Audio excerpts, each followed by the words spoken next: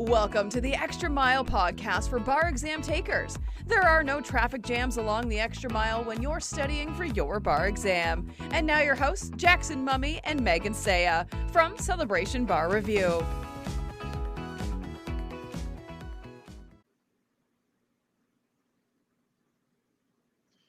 Hey everybody, welcome. All right, in the same room again. Megan's here with me. Glad to have everybody with us.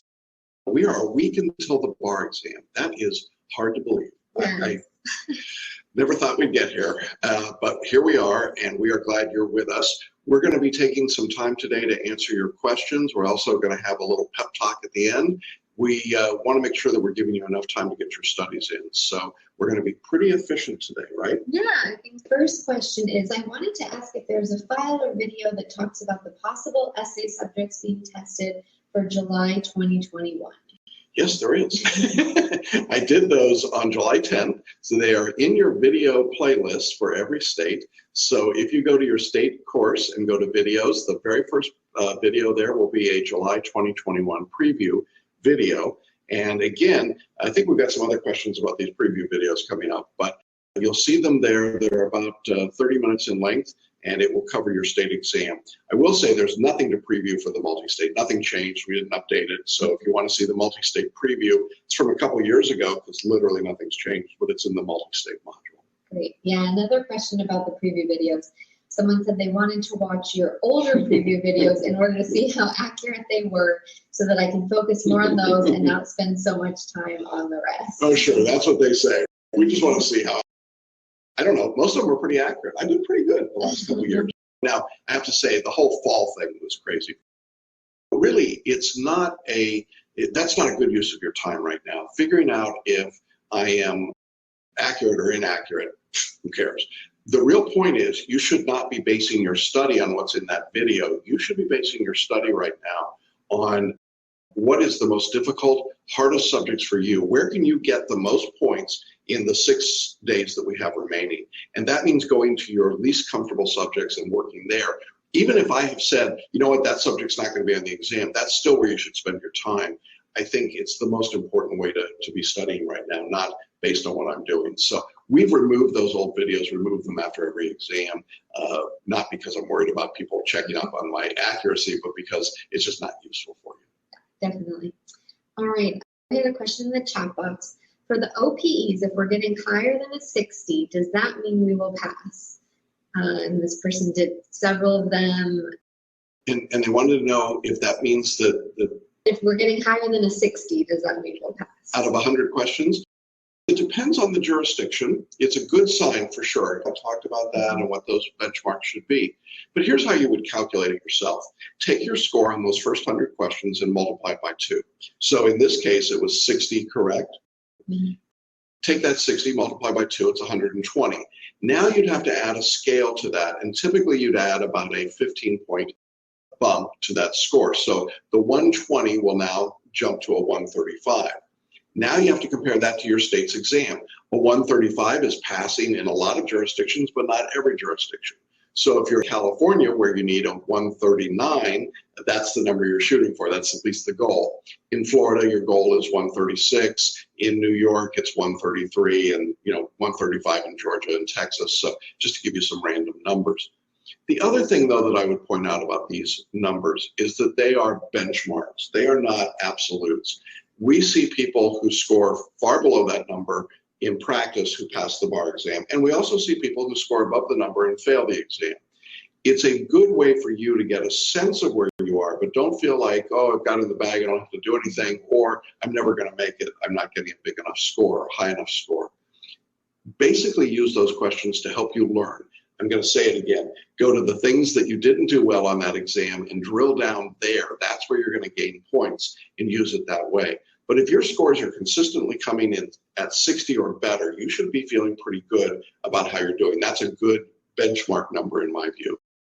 Any thoughts about that? Yeah, I just want to say, because I talked with a lot of students this week who said, okay, great, I'm doing all these different MBE tests, whether it's 100 questions or the 200 ones, and almost all of them, they're hitting their benchmark or higher, they're getting these great scores, and then they take one and it just doesn't go that well. and they don't do very well. And then they're taking that, and I understand the impulse, taking that one poor performance and thinking, that's it. I thought I could do the MBE, but clearly I'm going to fail the MBE. And should I even take the July test? And so please don't panic right now. And I say I've just seen this from several students this week. So if you're feeling that way, you're not alone. You're not the only one feeling that way. But definitely don't panic. Don't take it. Don't throw out all of the good work that you've done and assume that must be the error instead of, oh, hey, I took one test. Maybe you were tired. Maybe it was, in some cases, it was a really old test that's not terribly predictive. Things like that. And so the questions are really different nowadays. Whatever it is, but no matter what, learn from what you did. Go back, check all your answers, try and understand what you did wrong, and you won't make that mistake again. But certainly don't panic and throw out all of the good work you've been doing because you get one test that just doesn't come in quite what you were looking for. Next is, what is the weight of the essays in the overall exam scoring? It depends on the jurisdiction. Do we know what jurisdiction this? Okay, so that's a UBE student, and it depends on, it's 50% basically, because all the points add up equally in the UBE. So this is one of those interesting things to me at the end. It doesn't really matter what the points are, okay? It's whose line is it anyway? The lines are all made up and the points don't matter anyway. None of that matters. Right now, it's a task avoidance question, because what happens is we think, maybe I should be doing this more or doing this more. Don't do that. Do what we told you to do. It all counts equally. Every point you get on the UBE counts the same. Now, if you're in Florida, you could pass just the Florida part or just the multi-state part. Maybe it makes a difference. Maybe it makes a difference if you're in California, where you got to get your multi-state score high enough to get your essays read carefully, or in Georgia, where you got to get a certain MBE score where your essays aren't read at all. But in general, don't try to outthink or overthink the exam, right? Yeah, don't game it. I cringe when, I'm not saying this student was doing it, but when people say, I know that really the MBE is the most important part, so I'm just going to really only focus on the MBE, and then I'm not going to worry about the MPT, for instance. I hear that a lot, that people are like, the MPT is not worth anything anyway, so who cares? I don't need to practice those. Absolutely not. Because conversely, you'll also hear people who say, I know that the MEEs, the essays, are really the important part, and I don't really have to worry about the rest. So yeah, so definitely, like, don't try to game the system. You want to do well on every single piece. And what I always tell students is, we just don't want to leave any room for those examiners to fail you. So you just do your absolute best on every single part. Be prepared for every single part, and then they don't have any choice but to pass you at the end of the day. Yeah, the other thing about this, and I'm glad the student asked this question, because I think it reflects what a lot of people are doing, to be honest. I think there's so much anxiety sometimes. We want to control something. So we just ask these questions that are control questions. Oh, is it this? How about this? What about this? What about that? And the truth is, at the end, none of that matters. And so you've got to get your head into the game of the exam and just being as prepared as you can be to do what you have to do, and let the scoring and the inside bar exam stuff stay where it is. And we geek out on it. We love those kinds of things, but really at this point, that's not what you need to worry about. Yeah, definitely. All right, great. Let's talk about some study strategy questions next. I just completed all my assignments for the substantive portion of the syllabus. I believe I need to pivot or modify the remainder course syllabus, as I will not have enough time to complete the remaining portion. What assignments or modification of schedule would you advise me to do for the next few days leading into the bar exam? I said, work on your weakest subjects. Don't feel like you've got to cover everything or do everything. And certainly don't feel like within a particular subject you've got to study everything. If you've got BarMaps, use BarMaps, because BarMaps lets you get to the specific part of the subject that you're having trouble with and focus and do a deeper dive there. I think that's one really important tool. I think when it comes to review at the end, on the multi-state side, doing either the February 91 or the 2006 200 question OPE is really all I would suggest doing. The other questions are there just for practice, in my view, at this point. When it comes to essays, I'm not a big fan of writing a ton of essays here at the end. I would say if you did a couple a day, that's a lot, right? Maybe you get in one more performance test between now and the exam, definitely not more than 2. And that you start to tail off a little bit when we get to the weekend. Saturday is really the last big day of study, in my view. And Sunday's kind of a winding it down, and Monday is definitely a chill day. Getting to bed on time and doing some photo reading and doing light review, but not studying hard. And my daily emails will be saying those things to you as well. So if you're getting those daily emails, make sure you're reading them. I get a lot of feedback about them, a lot of great responses. Part of what I try to do, particularly in this last week, is to be fairly explicit about what I want people to be doing at the end so that they're not wasting their time. Yeah. You have any? Yeah, what I encourage everyone to do, actually, this is even if you have been through the whole study guide, is that I really say for the essay writing at the end that you should probably still be writing an essay a day, unless it's a day where you're doing a performance test or something like that. But what I suggest is that you take your subjects that you are feeling the weakest in, and you go through different essays with that in a much more compressed time frame. Yeah. So you read through, you outline it. So I want you to type out your outline. Hey, what are my conflicts? What are the questions I have to answer? And then under each one, you do your conflict pairs, which is just a note. It's just a notation, right? Yeah. It's not a whole sentence. It's just give like a little conflict pair. And you may want to jot down basically what's the basic law that we're talking about. So you might have like man, hearsay, woman, business records exception, just something really simple. And then what you're going to do is in your own head, and sometimes I suggest say it out loud to yourself, talk through it. Say, okay, problem on this conflict. Here's what I think man would say this, and here's, let me explain what the hearsay rule is to myself, and then I think woman would say this, and then here's the business records exception. And then, okay, here's what I think that woman's going to win because it's the business record exception, and here's why it's a business record exception. But you're just saying it out loud. Yeah.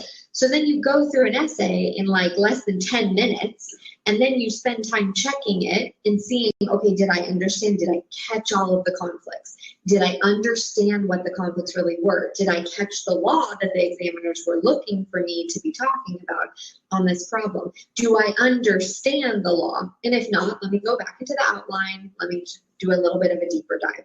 So I suggest that for everyone, but certainly if you're feeling behind, I think it's a great way to practice the essays and the skills that come along with doing the essays without spending a half an hour plus the checking time, or in California, Florida, an hour and the checking time, Georgia, 45 minutes. I think it's a great idea. Again, working in your weak areas. Mm-hmm, definitely. All right. Marva just asked a question. Would it be of value to redo the 2006 OPE or the February 91 MBE? No, absolutely not. Look at what you missed and then use the mixed practice data bank and do questions from there. That's the best group of questions in my view at the end, and just work on those. And if you find that you've got a particular weakness, let's say evidence, you're having problems, go to the evidence question banks, question 1 to 240 or whatever it is, and just start working through some of those. I think that's more valuable. Doing full-length tests really fatigues people. We saw in the Access Lex study that doing more than one full-length test was not correlated to better performance. So we're going to take that advice, and we've felt that way for a while, and we're going to use that and stay with it and say don't do more than one of those tests. And use this weekend to recover, right? It's not the weekend yet, but if you haven't done a test yet, hey, Thursday, Friday, Saturday are all good days to do a test. But if you've done them, you're done, and move on to just doing your practice. Definitely. All right. Next is a question about, this is really interesting, someone who struggles with a lot of the MBE questions because they feel sort of emotional responses to what's happening, to the fact that I think we see this a lot in the essays as well, where you feel very strongly for one side or the other, and you just feel like, oh, how could I possibly come up with a winning solution for this one party? So the student was saying, how do I keep neutral and take myself out of it? Boy, it's a fabulous. If I go back 20, 25 years ago, this was not a problem. This didn't come up. But we've become politicized as a society, and everything in our discourse is politicized today. Even simple things like wearing a mask is politicized, right? And so when we see these bar questions, it's hard to go from being political in every other aspect of our life to being apolitical on the bar exam. We've had some essay questions, in particular in Florida, that are jaw-droppingly tone deaf. It's really political. really blatantly political. Really, yeah, like, are you kidding me? And you got to stop at that moment, and you got to be aware. I think all you can do is stop and say, okay, I know what's happening here. The examiners are trying to pull some emotional strings. They're trying to perhaps distract me with this. Perhaps they're trying to get me to lean towards a result that might not be really what the law says. And I would just take a moment, take a breath, as always. The solution to almost every problem on the bar exam is to stop and breathe. If you do that and just stop for a minute and say, okay. And then remember that in the writing style, we're writing arguments on both sides of the dispute. So we're making the arguments for both sides. And then I don't think it really matters that much who you select, as long as you can explain your reasoning. Now, on the multistate, if you're using selective intuition, you should be able to avoid a lot of that, because it's the answer choices that send you down the rabbit hole, right? That give you the distractors. And if you've made your choice before you look at the answer choices, A, B, C, and D, you're less likely to be sucked into that, even if the question, the fact pattern, feels more political or more sensitive to you. But just try and take yourself out of it. Be a neutral. Yes, definitely. And I do think it's good practice for being an actual attorney, because it's going to happen that you are going to have clients that you don't agree with, or you would not be friends with, but that doesn't matter. You are their attorney, and you owe them good advocacy on their behalf. And I do think it is good practice, but I know that is a difficult thing. It was really funny. I was going through a common law question with a student yesterday, actually, and it was like pretty much exactly what just happened in where I'm from. The city next to me in Anaheim, there was like a big sort of blow up about a political rally that was planned, and then the city canceled it because they were concerned. They didn't agree with the political speech, and they were concerned about counter protests and it creating a safety hazard. And this question was from the 90s, this common law question. So it does go to show that there's always an undercurrent with these things, but certainly just, I think, because our climate is so tense right now, it can create situations where questions that felt more neutral in the past feel very. Are you trying to make a political statement with this, even though there's nothing inherently political on either side about what they're saying?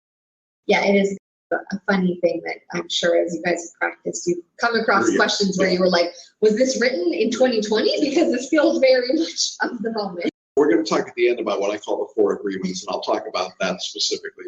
There's a connection there. Okay. All right. Next couple of questions are people who are not feeling super awesome right now for the exam. So if this is you, know that you're not alone, all right? Okay, so first, I like how this person started. This is one of those panic emails. Yeah.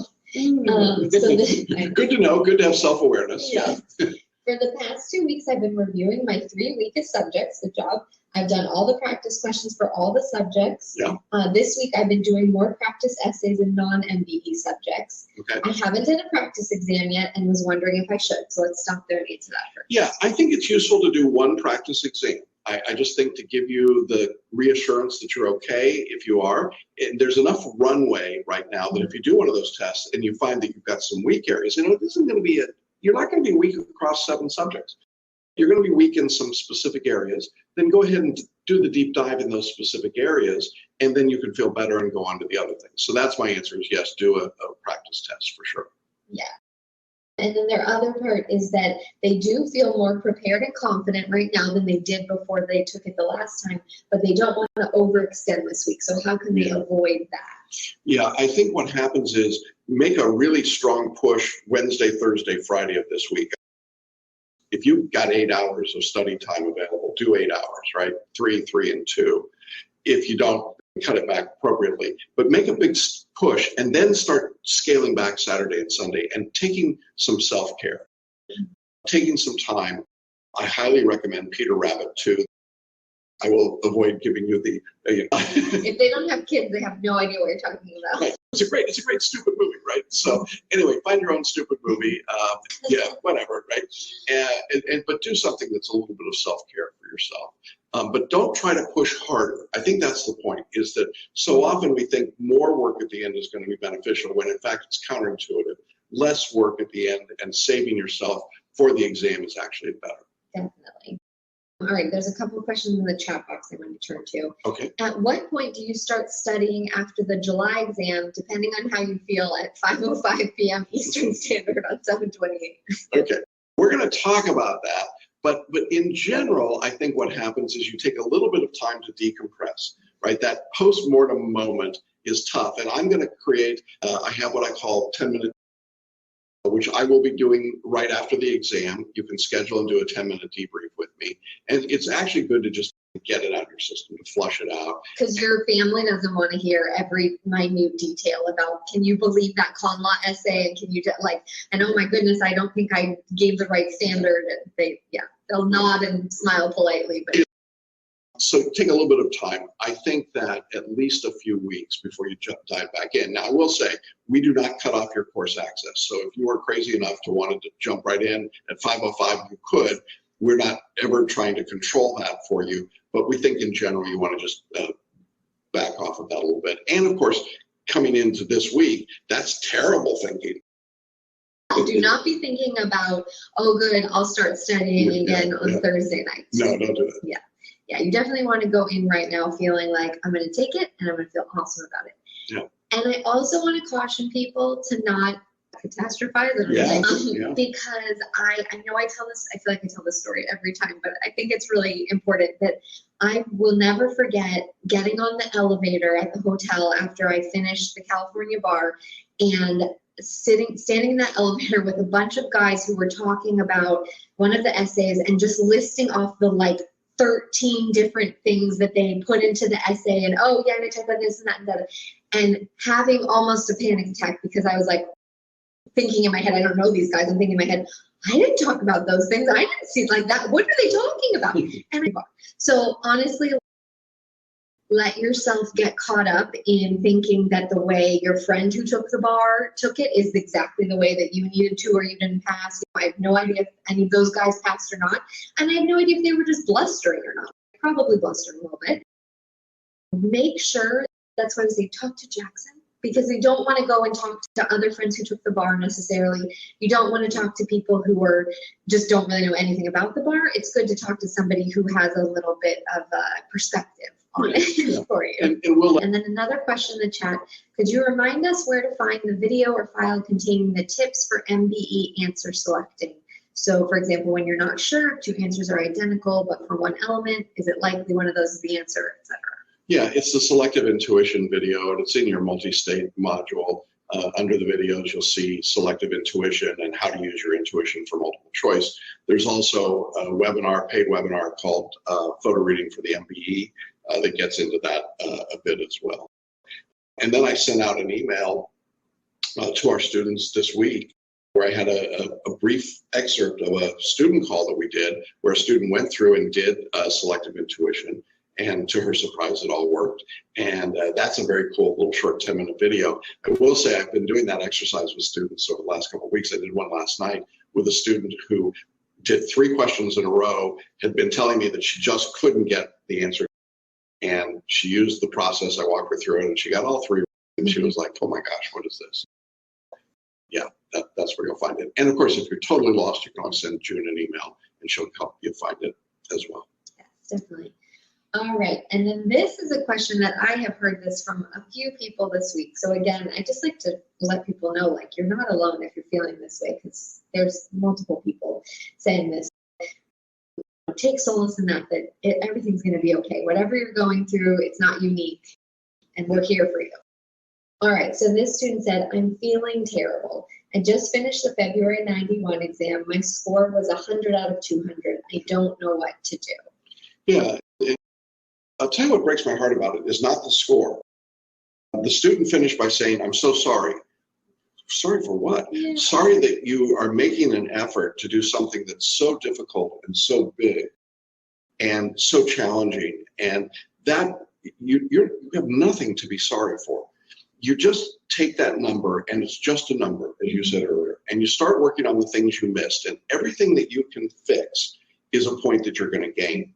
You use the techniques that we've talked about, and you are a genius. You've got all of that information. You just have to trust that you've got it. And so the worst thing that can happen, and I think this was just in that moment the student felt really discouraged, and I understand that discouragement, but don't let that define you. That is not what this is about.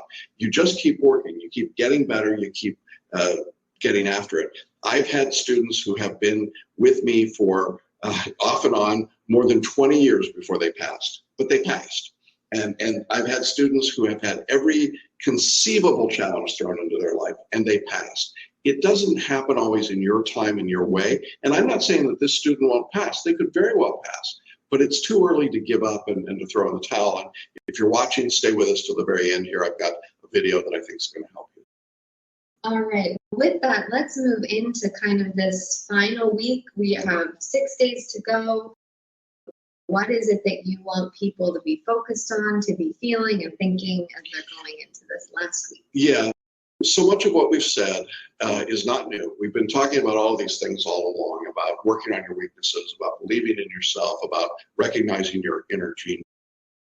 I am a big fan of a book by a man named Don Miguel Ruiz. It's called The Four Agreements. And I thought that the Four Agreements would be a good way wrap up everything that we've been talking about in this last week. It's a context or a framework for where I think a bar taker should be. If you're familiar with the book, great. If you're not, very briefly, Ruiz talks about the ancient Toltec religion and the four agreements that they incorporated into their society that I think we can use today. And the first of the agreements that I think is so valuable is it says your word is impeccable.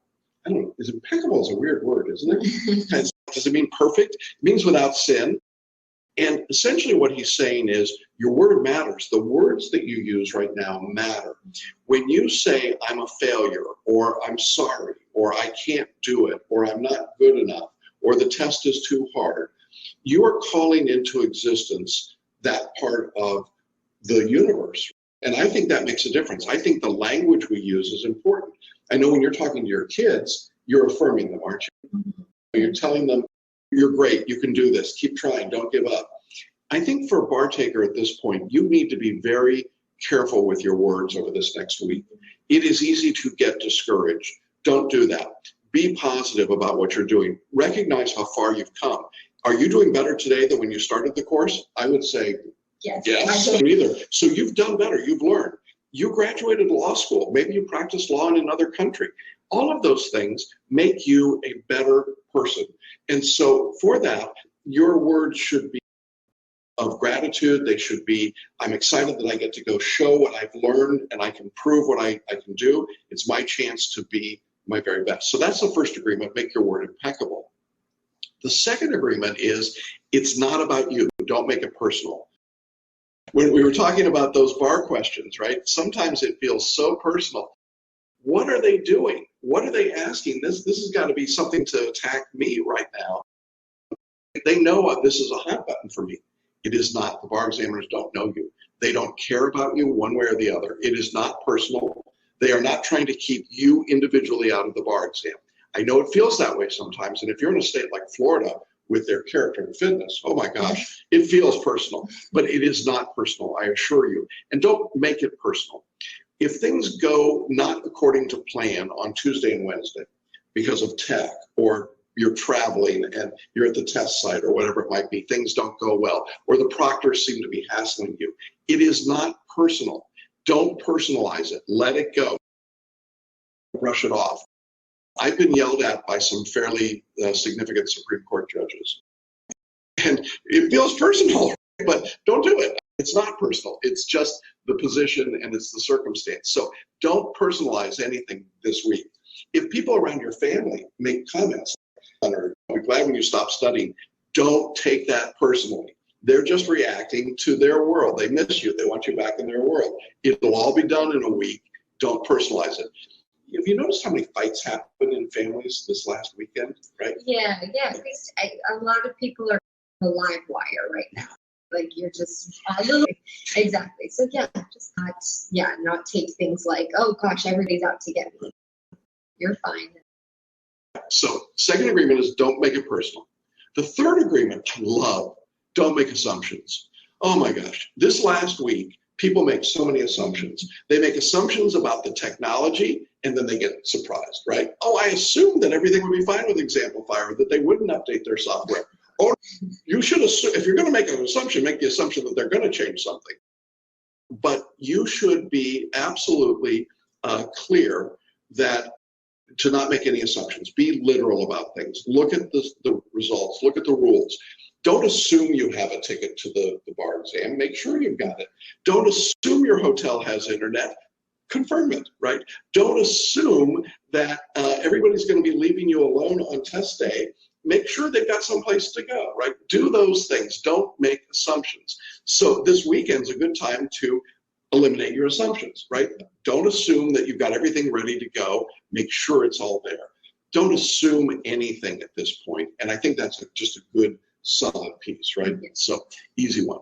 And then the final agreement is my very favorite of all four. It's do your best. Just do your best. Your best today will be different than your best was yesterday, and your best is tomorrow. And each of us will have bests that we feel like, man, I'm on it. My best today was top of the group. And then we'll have days when our best is, not so good. But don't beat yourself up about it, right? It's you do your best and then forgive yourself. And so for the bar exam, the goal is not that you've got to go in and pass. The goal is you've got to do your best. Mm-hmm. That's all we're asking you to do. We are not asking you to hit a specific number or target. We're asking you to do your best. And if you go in with that mindset that I'm just going to do my best, no matter what comes at me, but I'm going to do the best I can do, and then I'm going to leave it. When the exam is done, I'm going to leave it. And the day after, on Thursday, I'm going to do my best. And that's all we're trying to do. If you can get that agreement about doing your best, then you are really so far ahead of the curve here. And that's just so important. So the book is called The Four Agreements. Don Miguel Ruiz, I highly recommend it to you for your after the bar reading. But there's the short Cliff Notes version. Did I get it? No. We have great confidence in you. We expect great things from you. Do your best this week. Do your best at the exam. We will be here through the test, available. If you've got any questions or concerns, reach out to us. Thank you, Megan. This has been a really long run for us. We started back in January of 2020. Pretty much went nonstop because of the unusual nature of last year. And so we've never had a run of 18 months like this ever. And we know for you it's been much the same. So thank you all. It's been wonderful to have you with us. We are looking forward to great things. And when you're ready to go into the exam on Tuesday, okay? We'll see you soon. Take care, everybody. Have a great test, and thanks. Best of luck, everyone. Bye. Bye-bye. Thanks for listening and watching the Extra Mile podcast for bar exam takers at celebrationbarreview.com.